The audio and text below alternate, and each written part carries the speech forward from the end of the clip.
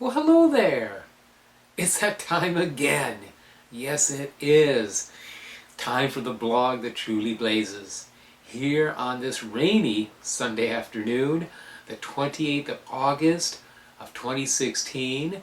And as usual, we're going to go over the energies of the end of last week's reading, what we're coming into now, and of course, always most interesting for us, what lies ahead of us at the end of this upcoming week. So do stay tuned. Indeed, a kind of stirring ride.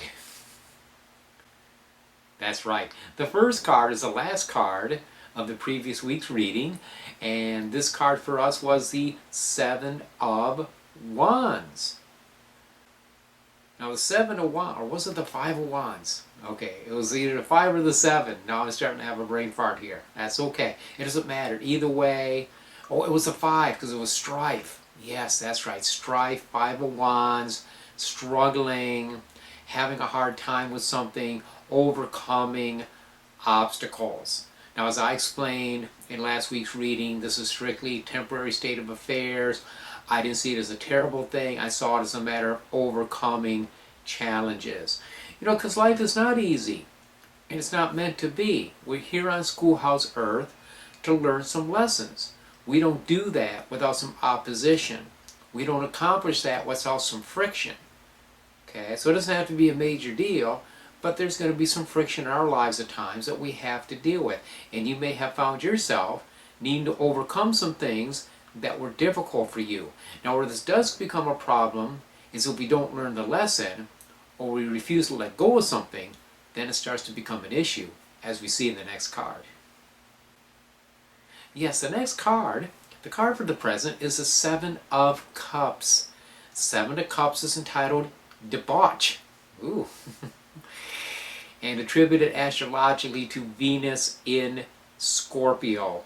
Now, the original sense of debauch in the Crowley Thoth Tarot was excess of anything that would drain us. This could be excessive sex, excessive alcohol, excessive drugs, but really it goes beyond that. It doesn't have to be something that's like decadent or depraved. It can be too much work.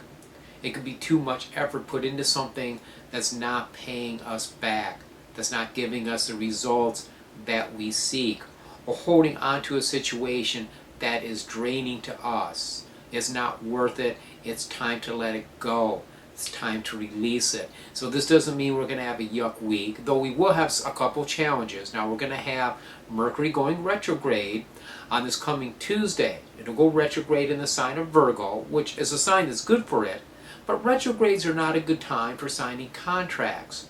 And for some of us, we get a bump going into a retrograde, and we'll get a bump going out. Or we may have some adjustments we have to make. Some people find these retrogrades more trying than others. But for sure, it's not a time to sign contracts. Okay, this is something we avoid for the next 3 weeks. We avoid making really solid commitments because the nature of retrograde energy with the planet, it makes it uneven. That's what it really does. It does not make everything backwards with the planet, but it makes an uneven energy, so it's not a time to really commit yourself to something.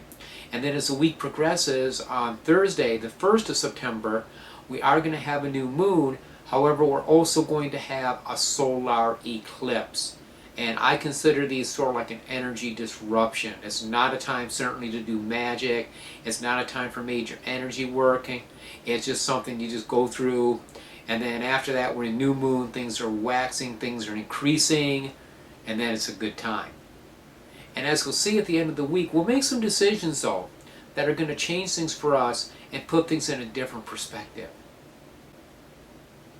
Yes, that's right. The third and final card for the end of the week is the Tower. Now, I do not see the Tower as a disaster. It's Mars energy. Mars is surgery. It's chopping away. Remember I said about holding on to stuff that's draining? This is a time to let go of that. This is the time to say, okay, this situation doesn't work. I don't get on with this person well. Maybe this job isn't working. Maybe my home life needs to change. Maybe I'm involved in a project that's draining me. It's taking too much time. I need to get rid of it. So it's eliminating something. It's not losing anything. It's getting rid of something that no longer suits us, So we're free, our energies flow in a more positive way, and we can really turn our attention to accomplishing things that really matter to us. But there you go. The blog blazed, and you blazed along with it. I appreciate you. Thanks a lot for watching my blog that really blazes. And until I see you next week, many, many blessings.